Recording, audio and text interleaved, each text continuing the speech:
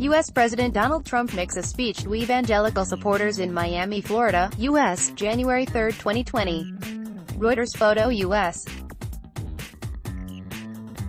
President Donald Trump makes a speech to evangelical supporters in Miami, Florida, U.S., January 3, 2020.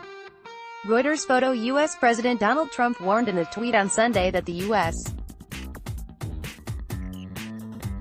is targeting 52 sites in Iran and will hit them very fast and very hard if the Islamic Republic of Iran attacks American personnel or assets. The USA wants no more threats, Trump said, adding that the 52 targets represented the 52 Americans who were held hostage in Iran after being seized at the U.S.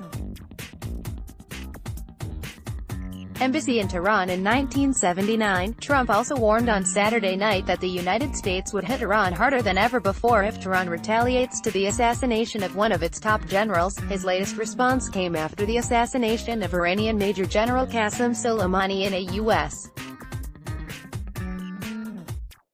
airstrike on Baghdad airport on Friday morning. U.S. Secretary of State Mike Pompeo defended on Sunday the U.S.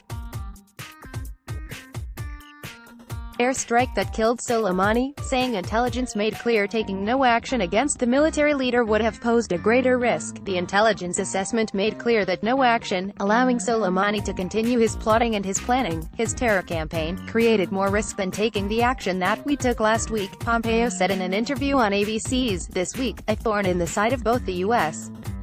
and Israel. Since the 1980s, Soleimani rose through the ranks of Iran's military to take charge of the Revolutionary Guard's elite Quds Force, the main arm of Iran's extraterritorial campaigns. He would go on to be described by Iran's supreme leader Ayatollah Ali Khamenei as a living martyr of the revolution. 343 tensions have been rising with Tehran vowing to avenge the death of Soleimani in the U.S. is deploying some 3,500 additional troops to the Middle East region to boost security. Read more. Pompeo, strike on Iranian commander in response to imminent attack. Iranian Supreme Leader Ayatollah Khamenei on Friday appointed Ismail Ghani as the new commander of the Quds Force of Islamic Revolution Guards Corps, IRGC. A man mourns at the funeral of the Iranian Major General Qasem Soleimani, and the Iraqi militia commander Abu Mahdi al-Muhandis, who were killed in an airstrike at Baghdad airport in Baghdad, Iraq, January 4, 2020. Reuters Photo. A man mourns at the funeral of the Iranian Major General Qasem Soleimani, and the Iraqi militia commander Abu Mahdi al-Muhandis, who were killed in an airstrike at Baghdad airport in Baghdad, Iraq, January 4, 2020. Reuters Photo. Here's how the world is reacting to the killing. European Union Foreign Policy Chief Josep Borrell on Saturday stressed the need for de-escalation after the attack, spoke WITH Iranian FM at Jazarif about recent developments. Underlined need for de-escalation of tensions, to exercise restraint. According to an EU release issued on Sunday, Borrell has invited Zarif to Brussels to continue their engagement on these matters. Iraq's Ministry of Foreign Affairs on Sunday summoned U.S.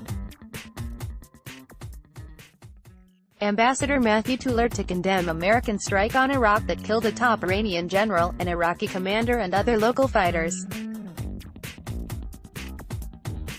They were a blatant violation of Iraqi sovereignty, the ministry said in a statement, and contradict the agreed-upon missions of the international coalition. The Iraqi parliament is also holding an extraordinary session on Sunday that lawmakers said they would use to push for a vote on a resolution requiring the end of the presence of foreign troops. Iraqi Prime Minister Adel Abdul Mahdi urged parliament on Sunday to take urgent measures and end the foreign troop presence as soon as possible. Despite the internal and external difficulties that we might face, it remains best for Iraq on principle and in practically, Abdul Mahdi told Parliament in a speech. Chinese State Councilor and Foreign Minister Wang Yi said China is highly concerned about the current situation in the Gulf and opposes the excessive use of force in international relations during a phone call with Russian Foreign Minister Sergei Lavrov on Saturday. Read more.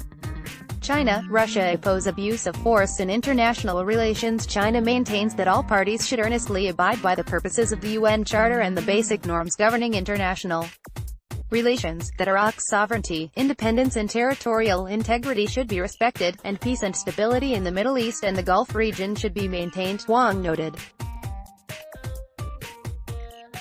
Echoing Wang's stance on the issue, Lavrov said U.S. actions violate international law and should be condemned. Russia. In a phone call on Saturday, Russian Foreign Minister Sergei Lavrov expressed condolences over the killing of Soleimani to his Iranian counterpart. Lavrov said the killing of the Iranian Major General had violated fundamental international law. The ministers emphasized that U.S.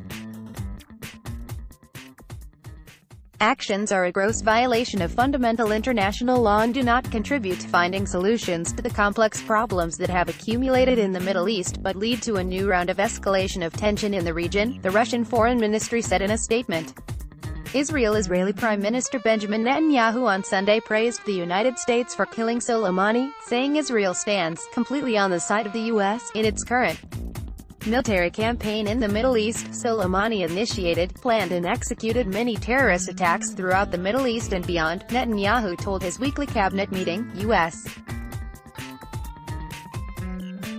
President Donald Trump deserves every appreciation for ordering the killing of Soleimani, Netanyahu added. A man covers his face as people take part in an anti-war protest amid increased tensions between the United States and Iran at Times Square in New York, U.S., January 4, 2020. Reuters Photo. A man covers his face as people take part in an anti-war protest amid increased tensions between the United States and Iran at Times Square in New York, U.S., January 4, 2020. Reuters Photo. France stepped up diplomatic initiatives on Saturday to ease tensions. French President Emmanuel Macron talked with Iraq President Barham Saleh, Macron's office said. The two presidents agreed to remain in close contact to avoid any further escalation in tensions and in order to act to ensure stability in Iraq and the broader region, a statement from Macron's office said. Macron also spoke with the de facto ruler of the United Arab Emirates, Abu Dhabi Crown Prince Sheikh Mohammed bin Zayed Al Nahyan. Ghulam Ali Abu Hamza, a senior commander of the Revolutionary Guards, said Tehran would punish Americans wherever they are in reach, and raised the prospect of possible attacks on ships in the Gulf. Read more. Anger, fear mount after U.S. killing of Iranian top general from coup to Soleimani's assassination. 7 decades of U.S.-Iran relations in pictures. Germany. According to Bild im Sonntag newspaper, German Foreign Minister Heiko Maas will seek direct talks with Iran to try to de-escalate the tensions. In the coming days, we will do all we can to counteract a further escalation of the situation in the United Nations, the EU, and in dialogue with our partners in the region, including in talks with Iran, Maas told the Bild im Sonntag newspaper on Saturday. German Defense Minister Annegret Kramp-Karrenbauer, Chancellor Angela Merkel's protege and would-be successor, said in a statement that it was up to Iran's leaders to make sure that the conflict in the region did not escalate further. British Foreign Minister Dominic Raab said on Sunday he had spoken to Iraq's Prime Minister and President to urge de-escalation of tensions in the region. Raab, who described Soleimani as a regional menace, and said he was sympathetic to the situation the United States found itself in, said he also planned to speak to Iran's foreign minister. There is a route though, which allows Iran to come out of the international cold, he told Sky News. We need to contain the nefarious actions of Iran, but we also need to de-escalate and stabilize the situation. Asked if Soleimani's killing was legal, Raab said, there is a right of self-defense. 209, revenge is not a strategy. On escalating U.S.-Iran tensions, Barbara Slavin, director of the Future of Iran initiative at the Atlantic Council, believes revenge is not a strategy, as she didn't think the Trump administration considered the consequences of its actions. Soleimani is a controversial figure, but this is not the point, Slavin told CGTN during a televised debate. However, Kaveh Frashabi, author and Iranian affairs analyst, expressed sharply different opinions, as he believed Soleimani is a national hero. Cover: Iranian demonstrators protest against the killing of Iranian Major General Qasem Soleimani in Tehran, Iran, January 3, 2020. Reuters Photo, with input from agencies. Let's block ads. Why?